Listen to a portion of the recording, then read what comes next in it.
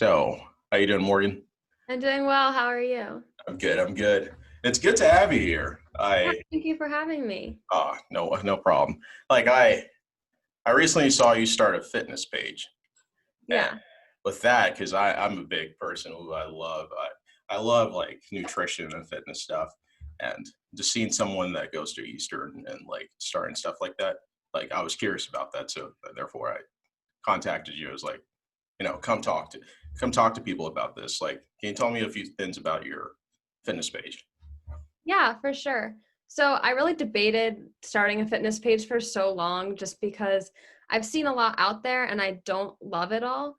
And so when I wanted to start mine, I was really concerned that I was going to kind of fall into the patterns that I didn't like. Yeah. Um, and so I was like really like unsure about it, but I got this opportunity to coach with Beachbody. And Oh wow. so yeah, and so I was really like I debated that for like a good like 2 months because it's kind of like starting your own business sort of thing because like I'm an independent coach, so like it's all like my own. Yeah. But part of that is starting a fitness account, and so right when I decided to start it, I like was doing this devotional and it was talking about how like you can be a light in the world, and I feel like that's always something I've been drawn to, and Mhm. I felt like there's a lot of darkness that does come in the fitness world, and like I've been captive to that before, and so I wanted to like try to be a light in it, and so that's kind of my motto like behind what I'm doing. I like that. I like that. I like the part where you said the you can be a light in the world, and especially in the world of fitness and nutrition. It's generally a big problem time to time because of the fact that we we don't really understand the right things to do, right? And there's so many like fads and so many, you know, this and that online, and everyone's just so confused. So like you being more of a good direction for people, because is that like what do you mean by like light, like a proper direction? Like, when we see a light, we can, see a path in a certain sense, that sort of thing. Yeah, for sure. I like that you said like see a path. I definitely don't know everything, so like I'm doing my best to be a light, Yeah. but obviously like there's so much out there that no one's going to be perfect at it, but I'm just working to do my best. Yeah. Like what were the things that you didn't like or like seeing on some Instagram or Facebook or anything when it comes to when it was related to fitness and nutrition? Yeah, I think that like it kind of ties along with like the whole diet culture stigma, and just like worshiping this like thinness and weight loss. And I feel like you see like there's so many like videos, like workout videos, even like on YouTube that are like, do this and you'll like lose 10 pounds. And it's like, okay, but like why, like what's the true motive behind that? Like why do we Yeah. need to do that? And I think that our society just praises like looking a certain way and eating a certain way, and I really don't like that because I think that we're all born like we're all created so differently that we need different foods and we need different exercise, and it's not going to look the same for everyone. So like Yeah. you can't just have this like one size fits all. Like that's not how No. in nutrition work, and that always really confused me, and I feel like no one talks about that. Yeah. Yeah. Just I think people have it complicated because for me, when I first started my whole yes path into nutrition and fitness, I uh, I hit a couple of walls at the wrong things time to time. But I think like with that, like I learned a lot of lessons, and like now I start seeing people I'm close with, and I'm like, you can be again, you can be a light in that, for them, be like, oh, I went through the same thing, and here's some tips that that could help you. But I think like people have it like you have to like work out so hard to like get a gain, right? But while walking burns more calories than doing most things. So that's the thing, right? And then just like I don't know, it's a little bit problematic because we have this whole like thing that we've conceptualized that this is the way and that's the only way to do it. Like can you explain some stuff to me that like, and for the listeners that were just kind of confusing to you in the beginning, and now you have some sort of clarity? Because you definitely had like some things that are just like, well, I don't really get it, but now you're just like, wow, this is completely simple. Yeah, for sure. So I was an athlete in high school. Um, and we practiced like 2 hours, 6 days a week. Like that's what my school did. Hmm. And so like, and my coaches were always like, in order to like master something, you have to work at it like this many hours every week. And like, it was more than like 2 hours a day. And I'm like, I don't have like 2 hours a day to like work out all the time, you know, Yeah, like there's other things that I need to do in life than just I like understand that. sport. And then and so like that's where it all started. I'm like, I had this mindset that like I had to work out for 2 hours a day. And with Beachbody, their workouts are 25 to 35 minutes long. And like you do like see results. Like you I've only been doing it for like a week and I already feel like so much stronger. And that's the least amount of time I've ever worked out. Like Mhm. I've never just done a 25, 35-minute workout. But again, like I think that we also are told like, oh, we need to do like an ab workout video, you know, like 15 minutes ab workout video or whatever. I felt like that Yeah, was like really popular this summer. it But is. like that's not really how, like that's not how you get abs. And not like, I don't know, I don't think that's what we need to be focused on. I think it needs to be like a holistic approach. Um and not just like focusing on one thing. Like you can't like, I think I just hear this all the time, like you can't like spot reduce things on your body. Yeah, yeah. Um, yeah. And then with nutrition, there's the whole like calorie counting thing that really confused me at the beginning. Um, and I don't believe in that at all. Like that, like my personal opinion is that like you shouldn't have to count your calories. Mhm. Because I think that just can be really toxic, and like you shouldn't spend your life so consumed with a number like that. Yeah, Like you're born with an instinct to eat. And our culture messes with that so much. And so sometimes you have to learn how to like redevelop that, but mhm. that definitely confused me at first, and I like don't believe in that anymore. Yeah. The calorie counting. Yeah, that's a big mess right there. I Yeah. I've I've had a lot of clients that like, oh, but am I getting this? I'm not getting that many calories. I'm just, well, the truth is, you kind of have to eat till you're satiated, Yeah. and also it's very important the type of food you consume, Yep. because a lot of these like artificial foods that we find in the supermarket or just anywhere, they kind of mess up our satiation, like just mechanism in our body. Like we think that we're not full or anything like that, so we keep eating, keep eating, keep eating, right? But then we have like some whole foods, like some real food, and like we realize that, oh, I'm already full. Like when I have potatoes or asparagus and beef, I'm just like, I'm good. But like if I had like popcorn chicken, I need like 50 of them to like feel satiated. You know, Exactly. Yeah.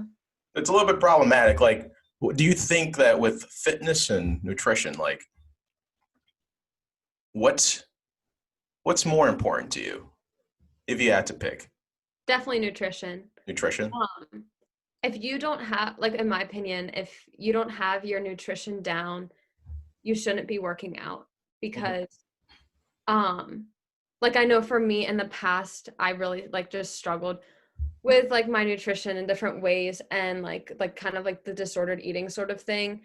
And like in order to like fully recover from that and have a healthy relationship with food and Yeah. learn how to properly fuel my body, I couldn't focus on working out.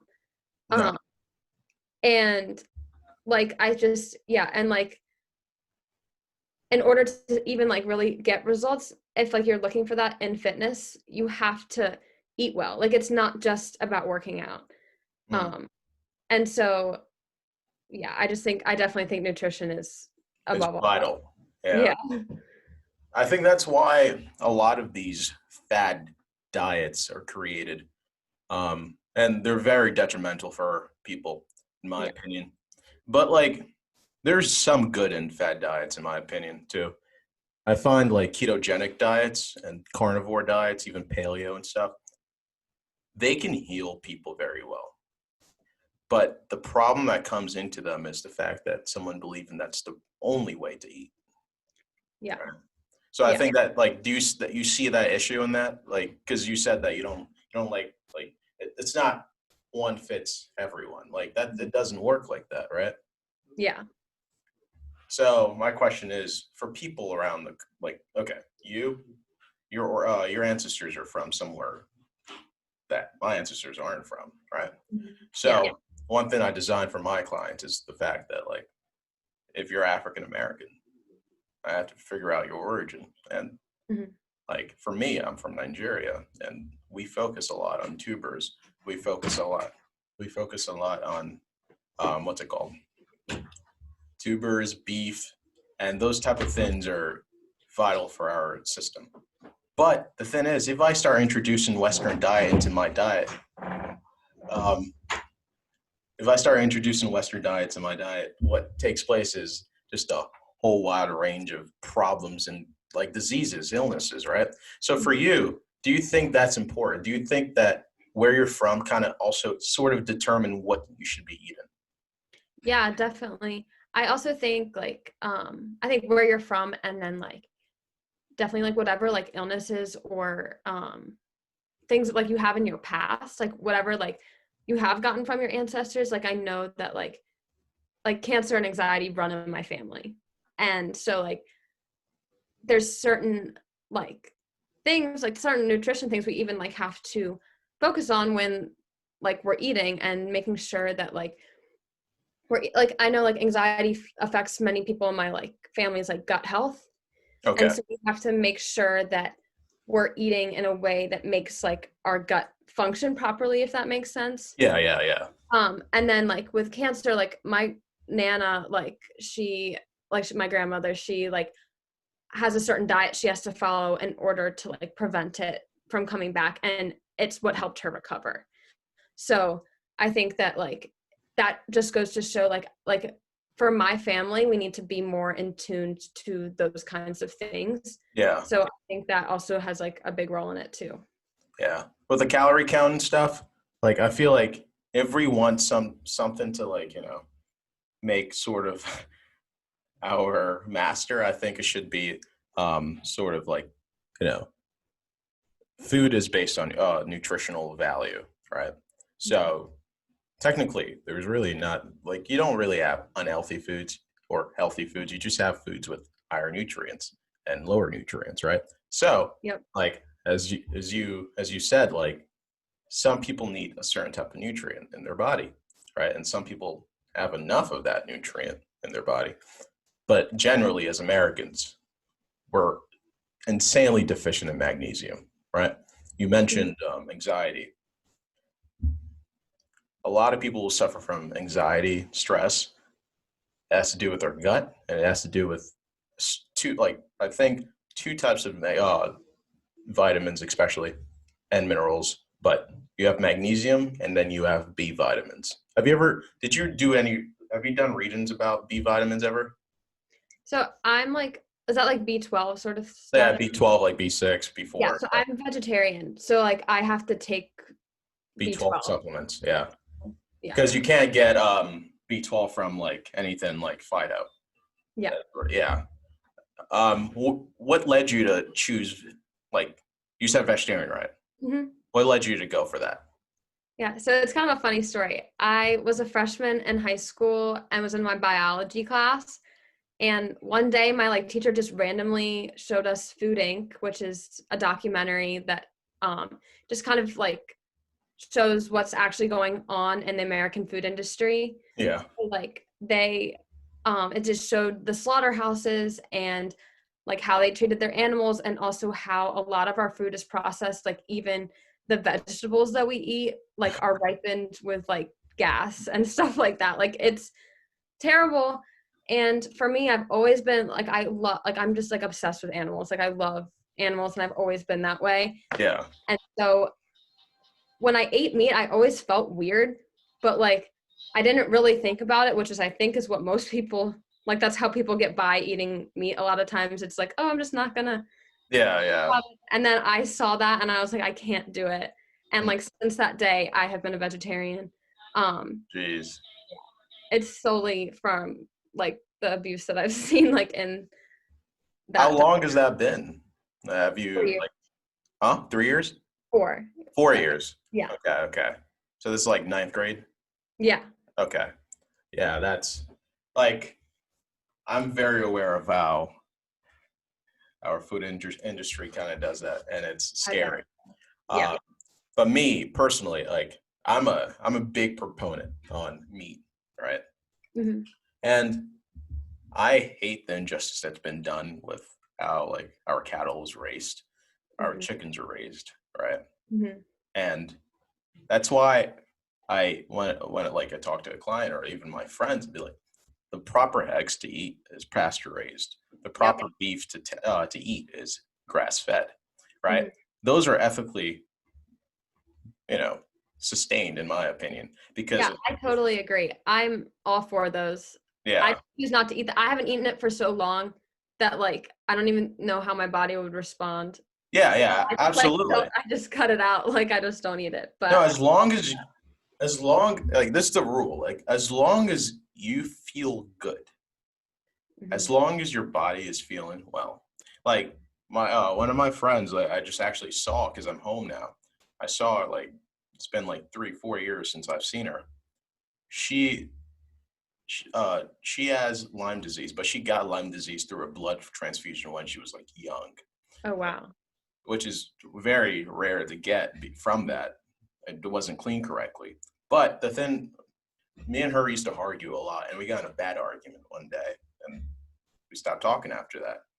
And it was like I told her it would be nutrition that helps her, like because Mhm. like she goes on new drugs almost every day. Like she was bad. Her body was just degrading as we spoke, and like today, like 3 days ago when I saw her, she she looks at me. She was like, I was like, Zoe? And she was like, yeah.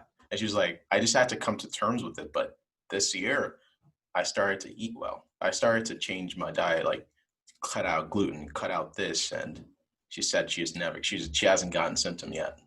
Wow, that's I was, insane. I was like, I literally started like, what?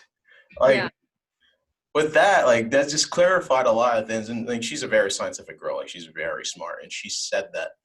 So she decided towards December, like holiday there, to like to start introducing food that she normally ate. Hmm. Set 15 minutes in, her body literally like started like she got headaches, she started feeling like shaky and everything. Oh my gosh. So that's how you know food Yeah. determines almost everything that goes on with our body, our mind. Yeah. It's scary. And then with like when you say you guys, your family and your ancestors kind of like, because it probably started some time ago, or it could have started actually quite recently, but like the anxiety part. Hmm. How have you guys been? You guys been dealing with it with the by increasing like the amount of food you feed to your gut? So I like I haven't gone too much into like how my food affects it. I just know that it definitely does. Yeah, Um, yeah. and I know that it runs in my family that we have like gut issues with it, especially like acid reflux, um, Hmm. and stuff like that. So I get acupuncture for it, Oh wow. Yeah, I and that's saw your how, post the other day. I was like, that's pretty cool. I want to do that one day, but I, yeah, it's expensive. it is. My aunt does it, so like Oh, I okay, okay, that's have good. for that. I don't like go and like Yeah, it's a drop family friend. Yeah, a bunch of money on it, but it's if you have something like it, I think it's worth it. yeah, But I definitely think like food is a key part in like with your gut health. I know that like even there's just like various ways that that can help. I haven't really looked into them, but um yeah, like my aunt who gives me acupuncture has like gut issues too because of anxiety and stuff like that. So I think it definitely runs in the family. Um but yeah, I definitely need to do more research on like what foods yeah. would help it. I, like I've because over the summer I had a lot of issues with my gut, and that was very for me. It was very unheard of, and it stemmed from having like high stress. Like I had really bad stress, and stress actually degrades it really bad. But so I went into, like, right now, I was like bad, like bad. Back then I was bad, but I fixed myself. Well, through the grace of God, for sure. But like, I I did intense research into it.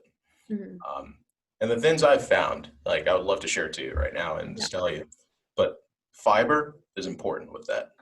Mhm. Fiber, or fiber-rich plants are important with that. But also probiotics, prebiotics, like that's also you in fiber, all that stuff. Yeah. It's so important. But one thing that I was like confused about that was actually very important was it was like fermented foods, Yeah. fermentation.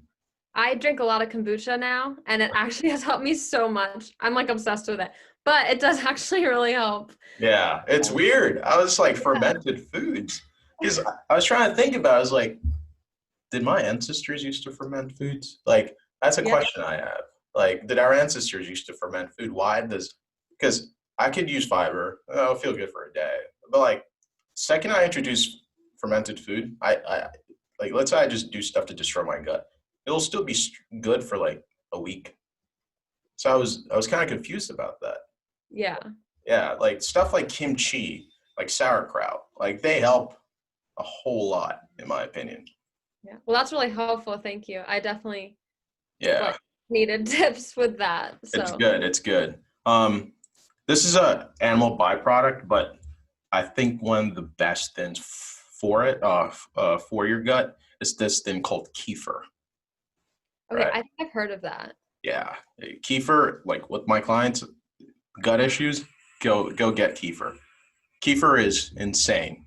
It tastes nasty, but the it's like living on this earth. Like you know, the sufferings here on this earth are not worth comparing to like the glory that will be revealed like later on. You know, so Yeah. like here, like when you drink kefir, it's terrible, but it fixes you up very well. And like things like even like like potatoes, like squash, like they actually help very well for your body because like it contains prebiotics and potatoes actually don't digest um, in your digestive system. It actually digests in your colon, Oh, so it feeds your gut bacteria.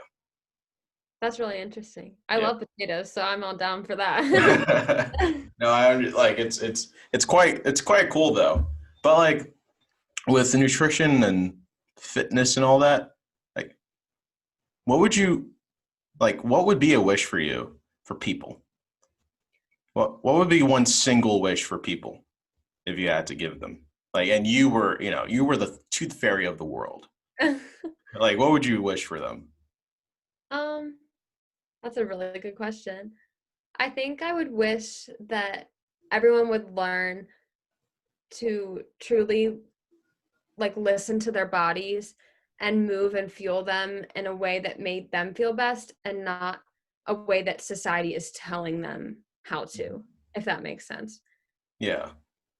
So basically, like being in touch with like your own body and Yeah. not allowing those external forces to dictate how your body feels and how your body looks. Yeah. Because I think that's how we were created to be, like we weren't all created to look exactly the same. No. And we were created to listen to our bodies. And so I think we lose that a lot because of comparison and everything that society feeds our minds. So I think that if we just went back to the basics and actually listened to what we needed, it would change a lot. Yeah.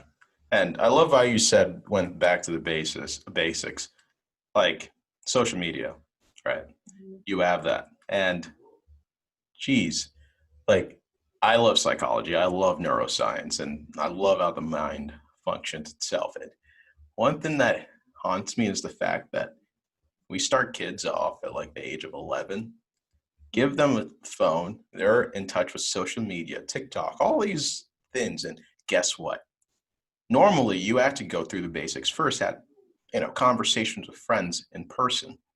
First learn those like, those things you shouldn't learn, your parents don't want you to learn, but you learn it through speech. but now you're learning on year, right? Which Mhm. is scary because they're not equipped with the basics. They're given the full picture and Yeah. they don't understand. Some stuff I still don't understand because I learned it through a year, right? Mhm. So that was the scary part. That is the scary part now. So like, do you think social media, like, because social when you tell someone to get off social media, it causes anxiety for them. Yeah. So you can't really say get off social media. Like, how do you feel about screens when it comes to the kids development of even an adult? Yeah. I don't know if you've seen The Social Dilemma on Netflix. Oh yeah, yeah, I did. Yeah, Yeah, so I watched that and my mind was just blown. And I knew that like social media was definitely not a great source for the mind all the time.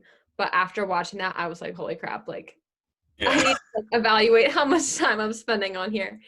But my parents were very adamant about the time we are allowed to get cell phones and the time we're allowed to look at our screens because they don't like we don't know how it affects our brains. Like we know that like I think that a lot of times like we see that there's all these rising cases of anxiety and depression like in our world, especially in kids and teenagers. Mhm. And I believe like I mean like there wasn't social media when my like and I'm assuming your parents were young. Like this Yeah. is like, we're the first generation that has had this. And the biggest like increases in anxiety and depression, so I believe that they're like correlated, and your mental health is so important that I think parents need to like yes like your kid might be mad at you that you're not allowing them to be on social media at age 11, but they will be thankful when they realize that their mental health is in such a better place because they were limited on that. And so I think it's the same. I think adults definitely struggle with it too. But I feel like you're given more freedom when you're an adult. So you should like, it's hard to like tell an adult not to be on social media if that's what they want. Yeah, yeah, yeah. Yeah. No, I like what you just said with all that. Like, social media, it's a dragon. Hmm. It could save you, and it could also kill you. And like the research I've done in the neuroscience of it, it's shown that with us, there's actually good markers that like phones have gave us, as in like we are the only generation who can actually multitask Yeah. very efficiently. Like our brains are actually created to multitask, right? That's why you'll be able to chew gum and walk at the same time. But the thing is, with phones introduced, our multitask skills have gone up efficiently. But as you said, depression, anxiety has gone up incredibly. And turns out the reason why they've gone up is the fact that every time you open your phone, right, Mhm. your body spikes cortisol, right? It spikes cortisol, so and therefore it makes you concentrate on that thing you're scrolling. You could even be passively scrolling because you're a senior. Like you definitely had the time when you're just on Instagram just scrolling up, up, up. Yeah. Yeah. But the thing is, your mind is still taken as something important. Like you know, focus, focus, focus. So if Yeah. that's always on, your cortisol is always spiking on and on, which you know is the stress hormone. What happens is you're there's no rest in your autonomic nervous system. There's Yeah. no rest, right? It's the sympathetic nervous system turned on the whole time. So, like neuroscientists like David, oh no, Andrew Huberman, has said that just don't use your phone from 11 p.m. to like 4 a.m. No matter what. Just try not to. Because then, because like with the same thing about like, there's, everyone's always saying like, never use social media, never use this, right? You can't escape them. The world is moving in that direction. Yeah. I So, yeah, it's like, it's, can you give up your phone? no. You I mean, can't. if I like really wanted to, I'm sure, but I feel like there's so like even with like job searching whatever like you need like You it's need your kind of a phone. necessity now. Yes. And I work like I take social media breaks every Sunday. Like I will not log on. I saw that. I find Yes. that so important. And like sometimes I do, like, I mean, obviously it depends what's going on. But for me that works. And like for me, like I'm like, I can't, like I need one day a week where I just like am not there. Mm-hmm.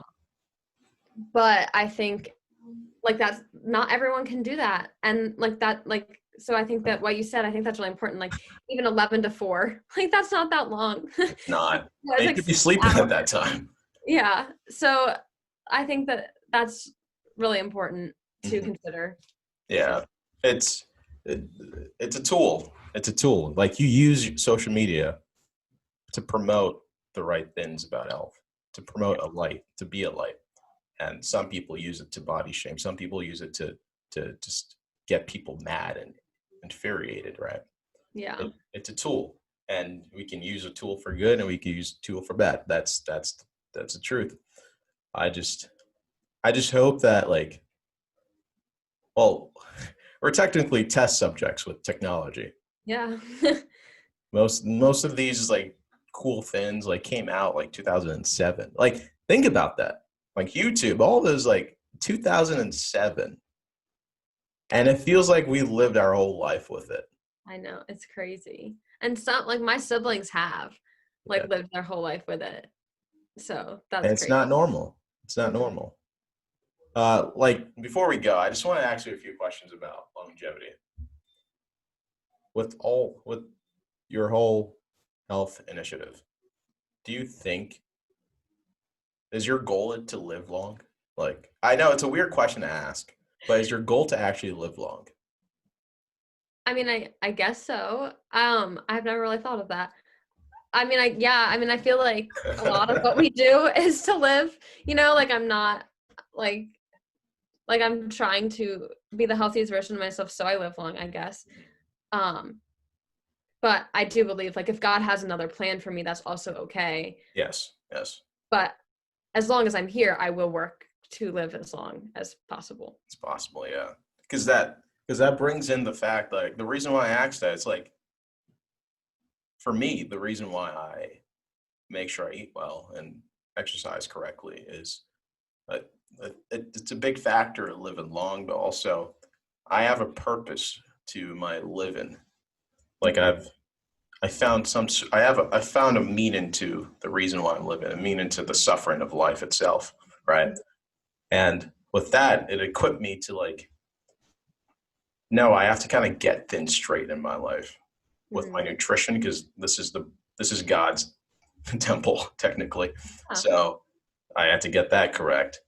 But just to work, Mhm. not to just be lazy all day, like that sort of thing. So like when I ask people, is your goal to live long? Like clients, I'll just be like, do you want to live long? Like, yeah. I'll be like, I just want to know because some people actually don't want to live long.